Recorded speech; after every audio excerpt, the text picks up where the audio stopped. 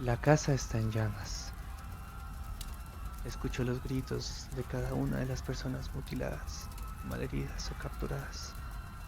Escucho el desespero de los espectadores que ven con horror los fusiles que apuntan a quienes alguna vez fueron libres.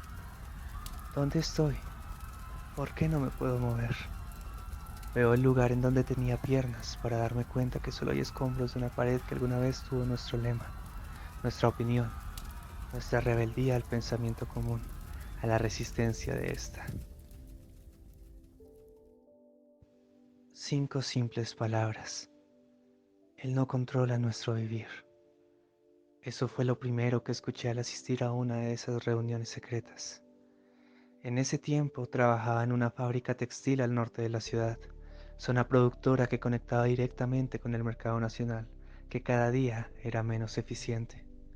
Desde pequeña fui educada a favor de la guerra, de la muerte y de la conquista, todo por satisfacer a nuestro líder y a la nación.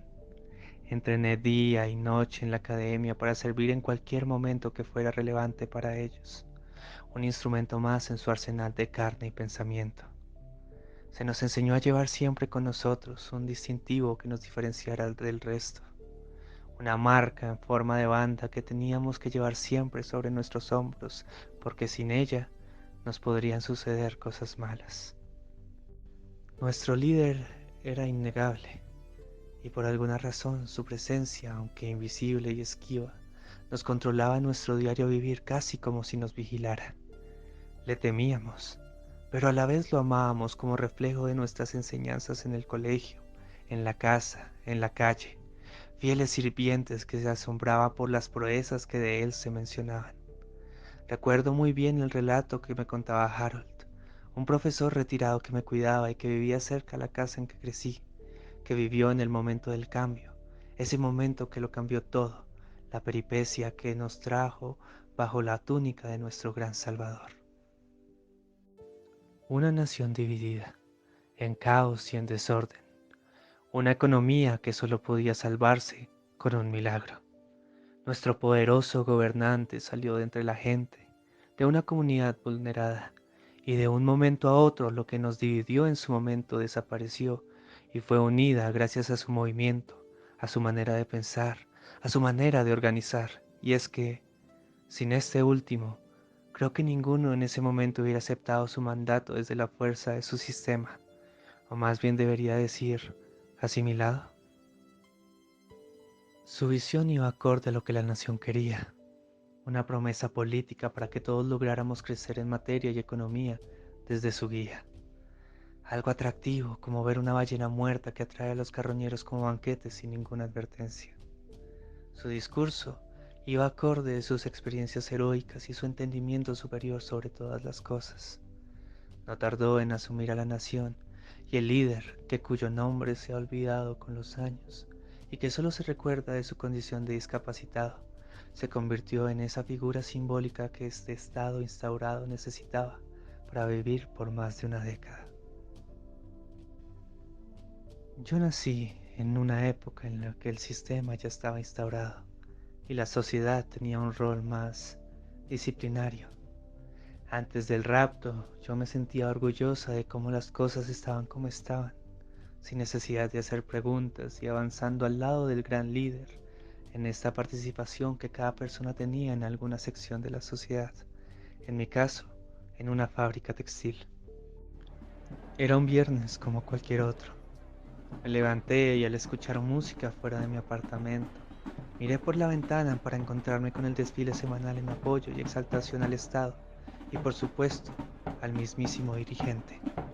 Estaba tan concentrada en el sentimiento que emanaba de estas muestras de afecto que no noté a la persona ni tampoco el garrote que tocaba con firmeza mi cabeza y que me apagaban las luces de esta realidad tan confusa. Me levanté y me di cuenta que tenía amarrada todas mis extremidades. No estaba sola. Había un señor ya de edad y un joven que no superaba los 13 años. La sala no tenía nada más allá de un proyector que repetía un video al cual no le prestábamos atención, pues estábamos buscando cualquier manera de escapar de ese lugar que solo era iluminado por la proyección. En un momento dado, nos cansamos y sin posibilidad visible de encontrar la salida, nos pusimos a ver realmente lo que se estaba reproduciendo, ¿Qué son esas estupideces? comentó el más anciano. El joven se quedaba callado, pero atento a las imágenes que estaban pasando. Por mi parte, yo solo reflexionaba con lo que decían y mostraban. Una serie de imágenes bélicas, armamento y soldados, todos alabando la imagen de este gran líder, seguido de imágenes de periodistas que había visto en algún momento de mi vida, gente censurada que de un día para otro ni su nombre se recordaba. Vi entonces protestas y gente que parecía del común, como yo, capturada y torturada lentamente mientras el líder desde una posición superior solo observaba y ordenaba, para que luego los cuerpos, que ya ningún rasgo de humanidad les quedaba, eran tirados al río, flotando en su sacrificio, mientras la sangre se mezclaba poco a poco con el color cristalino del agua.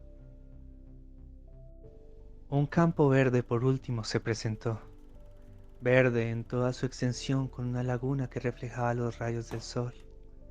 La cámara se movía, y tan pronto como se enfocó a una pared, pude reconocer la figura del hombre que me enseñó al inicio de esta vida, de ese orden que tanto alababa inconscientemente.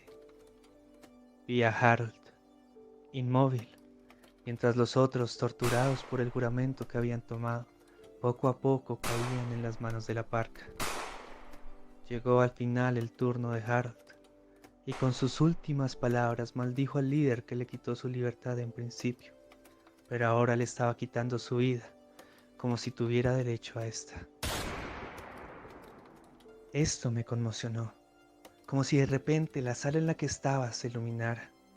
Todo lo que entendía del líder estaba mal, sus enseñanzas, la llegada al poder y la opresión de la gente que estaba a mi alrededor. ¿Cómo pude ser tan ilusa? ¿Cómo pude aceptar en mi corazón la rectitud y confianza que este ser manipulador y oportunista profesaba? Harold, Harold en un principio quería que entendiera esto. Mientras yo estaba entrando en una crisis existencial ante la concientización de esta información, el viejo seguía gritando y el joven finalmente se quedó dormido. Desde arriba, una trampilla se abrió y con esta, dos hombres con máscara me sacaron de este espacio y cuando al fin salí de la oscuridad, pregunté qué les pasaría a ellos. Aún no están listos. Respondió el más alto. Me desataron y luego me arrastraron hasta una mujer que parecía de mi edad, alta y atlética. Su voz era suave y amigable. Lo único que me dijo fue que podía irme sin ningún problema, pero me avisó que habría una reunión en la noche en esa misma casa y que si quería podía volver para escuchar su discurso al siguiente día. Regresé a mi apartamento y al acostarme volví a escuchar el desfile que no terminaba hasta que la luna hiciera su aparición, para dar cierre a estas actividades de exaltación. No pude dormir ni descansar. En mi mente, la imagen del fusilamiento de ese profe retirado me perseguía a todo lado, como también mi temor al entender qué clase de líder era este ser, lo estúpida que me sentía al haber aceptado tantas cosas que limitaban mi libertad, tanto de pensar como de actuar. Lo medité todo el día siguiente y cuando fue hora de atender a la reunión, entré a esa casa y lo primero que vi fue el lema, "Él no controla nuestro vivir", que de inmediato fue vocalizado por la chica que me dejó ir, después de esa sesión en la sala debajo de la casa. Mi mente se estaba apropiando de esas 5 palabras, como si yo las hubiera pensado, y que definía todo lo que estaba pasando en nuestro estado. La chica estaba hablando y la gente se estaba alborotando. Mi sentimiento por resistir a las políticas del líder se conectó con el sentimiento de hombres, mujeres y niños que estaban presentes, en un unisono de libertad que en su máximo punto se vio opacado por el estallido sonoro de un explosivo tirado desde afuera de la casa. Y así, como el sentimiento de resistir a la opresión comenzó, así mismo terminó. Escucho gritos y el desespero de la gente a mi alrededor. Escucho los disparos mientras veo el lema que en menos de un día ya me había apropiado, destrozado encima de lo que alguna vez llamé piernas, viendo a los agentes del orden en representación de nuestro gran líder, castigando con la última pena a los rebeldes que quedan. Nuestra voz de libertad nunca dio su voz, pues fue cortada por la autoridad que todo el mundo percibía desde la distancia. Escucho gritos y veo que la casa está en llamas.